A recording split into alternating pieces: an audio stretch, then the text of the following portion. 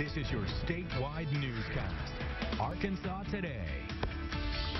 One more win. That's all it's going to take, and the Arkansas Razorback baseball team has a national title. Good afternoon. Thanks for joining us. I am Aaron Nolan. This is Arkansas Today, and we are all things Arkansas Razorbacks. Let's go live to Omaha, Nebraska. Drew Ammon is there as we are geared up for Game 2 and bringing home a championship. Drew?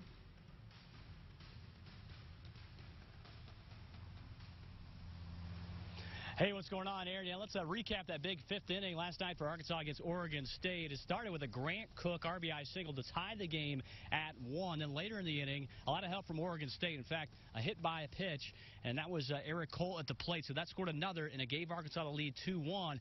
Then an error on Nick Madrigal. That was a fielder's choice, and then it was called an E4. So another run scores for Arkansas, and then they close it with a bases-loaded walk as far as the scoring goes in that frame.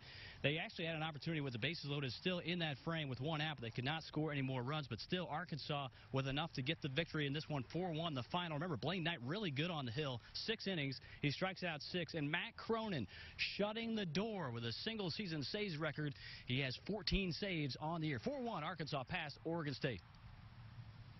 After the game, Coach's immediate message was, we have a lot of work to do, and, there's a lot of unfinished business, and we got to come out tomorrow with a sense of urgency, for sure. That was the message, and I think we all, he didn't even really have to say it. We all know that, our season can end at any point. It can end in 2 days.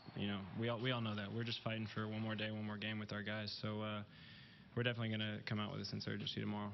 There's still a lot of work to be done. So, whatever, this little small taste of whatever, we got to flush it by tomorrow morning because we got to come out and get to work again. We got to come out here tomorrow with a sense of urgency and play another good game with a great team that we have here, and they'll hopefully work out in our favor.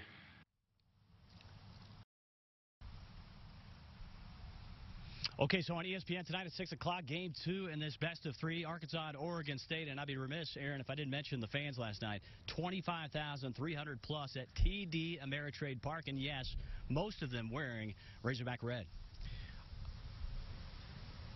Hey, Drew, before you go, obviously fans started lining up yesterday, getting into that general admission in the outfield. Are we seeing the same thing there at TD Ameritrade this afternoon? Yeah, absolutely. You look at TD Ameritrade and the way that GA line is set up. We've actually gotten pictures out there on social media where you're driving by. It's just filled with such long lines. And again, when you look at this in bunches, out in droves, it's really no shock when you consider Arkansas's, got this contingent here that's, basically 6.5 hours from the city of Fayetteville. So that's a great distance for Arkansas fans to get here. And again, the scene last night was outstanding outside of TD Ameritrade Park. For Oregon State, those fans, they're 26 hours away from Corvallis. But again, they're going to be out in full force, those Razorback fans, tonight as the Hawks take on the Beavers to try to close it out for their first national title. Drew Ammon reporting. Looks beautiful there for us, Drew. Thank you so much. Appreciate that. Up there in Northwest Arkansas, Baum Stadium going to open the gates tonight. You can't see baseball on the field, but you can see baseball on the Jumbotron.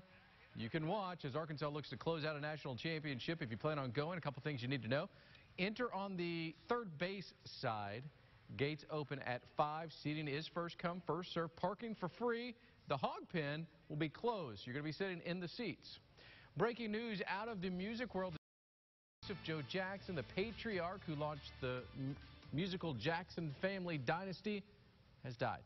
Jackson, 89 years old, born in Fountain Hill, Arkansas. Joe was the dad to pop stars Michael and Janet Jackson, also managed the Jackson 5. In 2011, he was inducted in the Arkansas Black Hall of Fame.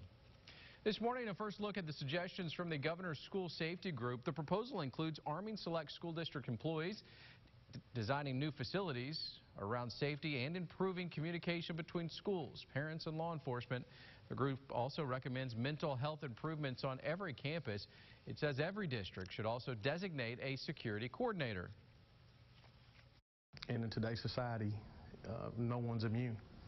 You have to be careful, and you need to take the steps that you need to go in that direction to protect yourself and protect your kids. That security officer will be armed on campus for the first time next year as a commissioned security officer. To see the proposals for yourself including legislation the commission plans to fight for in 2019. You can go to our website. Congress is moving closer to a vote on immigration after several days of talk about immigrant children at the border. Republicans have set a vote for today. It would reverse the president's zero-tolerance policy that has resulted in numerous immigrant family separations.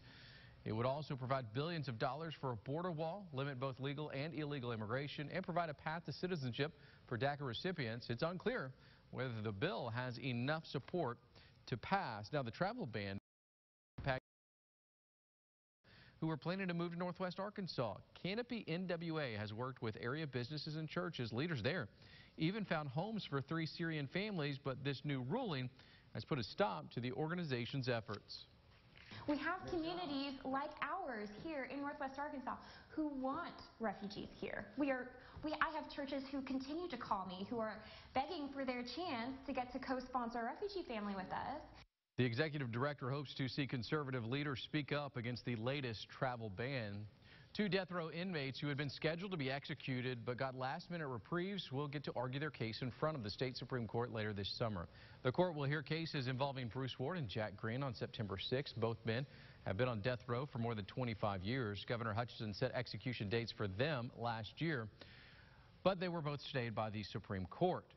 Both men's attorneys have argued each person has mental health issues. Oklahoma is the first of Arkansas's bordering states to legalize medical marijuana. That means in the 30 states, medical marijuana is legal in some form. In 9 states, legalize recreational use.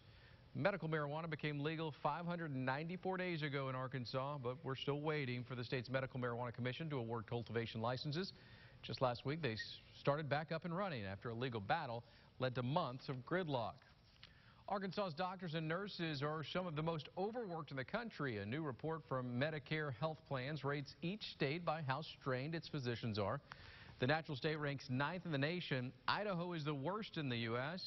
Why are Arkansas doctors stretched so thin? Well, the report shows us there are just over 2 physicians for every 1,000 people in the state of Arkansas.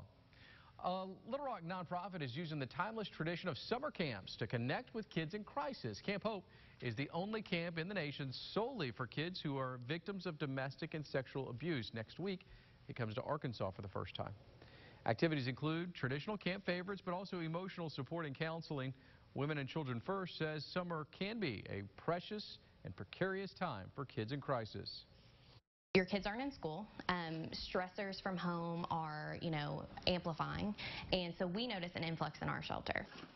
Women and Children First goes on to say domestic violence escalates in the summer, and they see more families moving into their shelter. Arkansas kids also experience a significantly higher rate of trauma compared to kids across the country. It's never been about seeing how many people you can take to jail, how many tickets you can write.